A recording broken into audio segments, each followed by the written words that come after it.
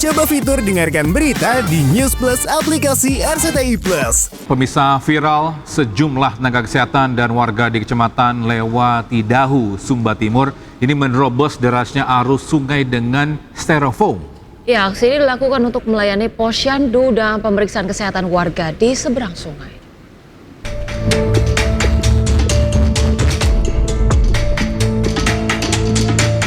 Viral di media sosial, sejumlah tenaga kesehatan dan warga berupaya menyeberangi sungai berarus deras di Desa Mondulambi, Kecamatan Lewatidahu, Sumba Timur, Nusa Tenggara Timur dengan styrofoam.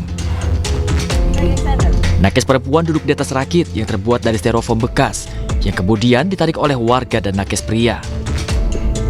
Para nakes berjuang menyeberangi sungai untuk melayani posyandu dan pemeriksaan kesehatan warga di seberang sungai. Kadang para nakes terpaksa menyeberangi sungai dengan basah-basahan dan memikul peralatan medis di atas kepala. Situasi ini sudah terjadi sejak tahun 2012 silam, ketika di wilayah Kecamatan Lewatidahu dibangun puskesmas. Saat musim kemarau bisa diseberangi dengan motor untuk langgar ke sebelah. Tetapi pada musim hujan kami, kalau air tidak terlalu dalam, kami bisa langgar dengan jalan kaki, air sebatas dada atau sebatas leher. Sedangkan kalau airnya terlalu dalam, kami minta bantuan kepada masyarakat, salah satunya dengan bantuan rakit. Warga dan petugas kesehatan menaruh harapan agar situasi ini bisa berubah menjadi lebih baik. Dari Sumba Timur NTT, Dion Umbu Analodu, iNews melaporkan.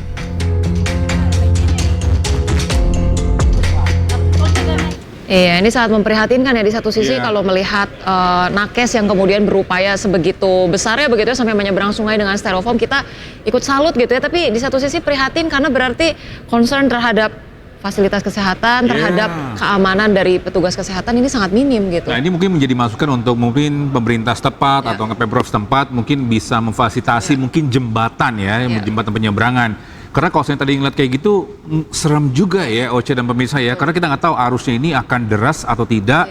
Ya kalau memang arusnya tidak deras, itu pun juga alangkah baiknya mungkin ini ya, mungkin dibikin mungkin jembatan atau enggak mungkin akses lain agar nakes ini bisa nyampe di rumah sakit atau klinik ini dengan sehat dan selamat ya. Betul, karena meresahkan sekali begitu ya, kan tenaga kesehatan ini garda terdepan pelindung warga ataupun masyarakat, tapi kemudian mereka sendiri tidak diberikan perlindungan yang memadai begitu ya. Kita ke informasi berikutnya pemirsa. Usai menjalani pemeriksaan selama 8 jam di Bareskrim Polri, Kepala Desa Kohot Arsin ini resmi akhirnya ditahan. Ya, Arsin ditahan bersama 3 tersangka lainnya terkait kasus pagar laut Tangerang.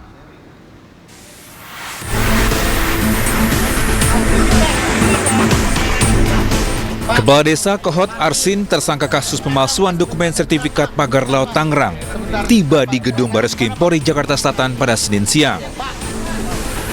Didampingi kuasa hukumnya, Arsin hadir untuk memenuhi panggilan pemeriksaan pertama usai ditetapkan sebagai tersangka oleh penyidik Direktorat Tindak Pidana Umum Bareskrim Polri. Namun saat ditanya oleh awak media perihal kasus yang menjeratnya, Arsin bergeming dan tak memberikan komentar sepatah kata pun. Oke aja ya. Iya, Bang. Bahwa hari ini kami hadir di sini menunjukkan kooperatif ya. Berarti kooperatif, kita ikuti aturan yang mekanisme yang ada. Segera cukup ya.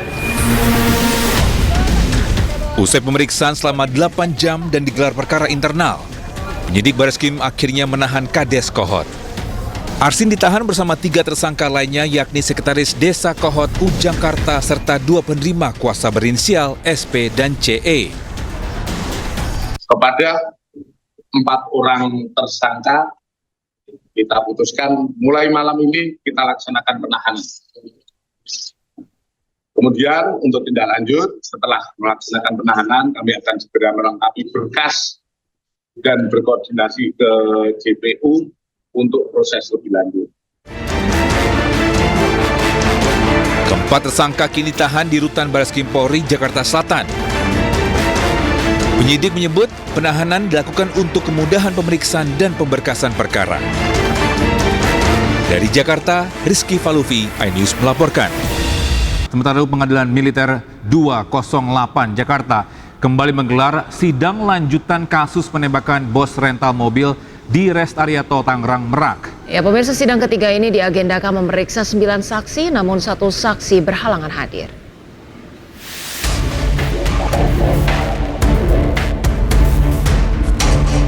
Sidang ketiga ini memeriksa 8 saksi, diantaranya dokter spesialis forensik, 3 anggota kepolisian Kasatreskrim Polresta Tangerang, 2 karyawan Indomaret, dan 2 satpam Rest Area kilometer 45. Dalam persidangan lanjutan ini terungkap bahwa saksi yang merupakan karyawan minimarket di lokasi kejadian sempat melihat korban yang merupakan bos rental masuk ke dalam toko setelah tertembak di bagian dada. Selain itu, saksi kepolisian yang dihadirkan oleh auditor, yaitu Kompol Arif Nazarudin Yusuf, menyebut bahwa pihaknya menemukan sebanyak 5 selongsong peluru di lokasi penembakan. Setelah dilakukan pemeriksaan tadi pagi, yaitu saksi 9, yaitu Dr. Betty Adayat, kemudian dilanjutkan pemeriksaan barang bukti berupa surat, yaitu visum, yang telah kita saksikan bersama-sama lagi, yaitu mengenai kematian korban. Kemudian sidang sampai hari ini saksi yang telah diperiksa adalah sebanyak 16 saksi. Rencananya sidang akan dilanjutkan Kamis 27 Februari 2025 dengan agenda pemeriksaan saksi tambahan oleh auditor militer serta saksi atas nama Ningsih yang berhalangan hadir pada sidang ketiga. Jika waktu mencukupi, maka pada sidang keempat juga akan dilaksanakan pemeriksaan terhadap 3 terdakwa. Tim Liputan iNews melaporkan. Ya, sementara itu Kejaksaan Agung menetapkan 7 orang tersangka dalam kasus dugaan korupsi tata kelola minyak mentah dan produk kilang dalam PT Pertamina Persero, Subholding, dan K3KS 2018-2023. Ya, pemirsa, penetapan tersangka dilakukan setelah penyidik Jampitsus memeriksa sedikitnya 96 saksi dan meminta keterangan 2 saksi ahli dalam perkara tersebut. Dari ke-7 tersangka, 4 diantaranya ini merupakan pegawai Pertamina, sementara 3 lainnya dari pihak swasta. Para tersangka akan ditahan selama 20 hari. Akibat tindak pidana korupsi ini, kerugian negara ditaksir mencapai 193,7 triliun rupiah.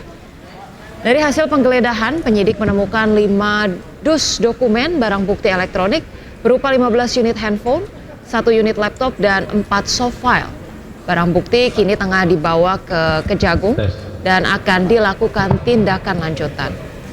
Dan dari hasil pemeriksaan terhadap beberapa orang tersebut yang dilakukan oleh penyidik, maka penyidik berketetapan menetapkan 7 orang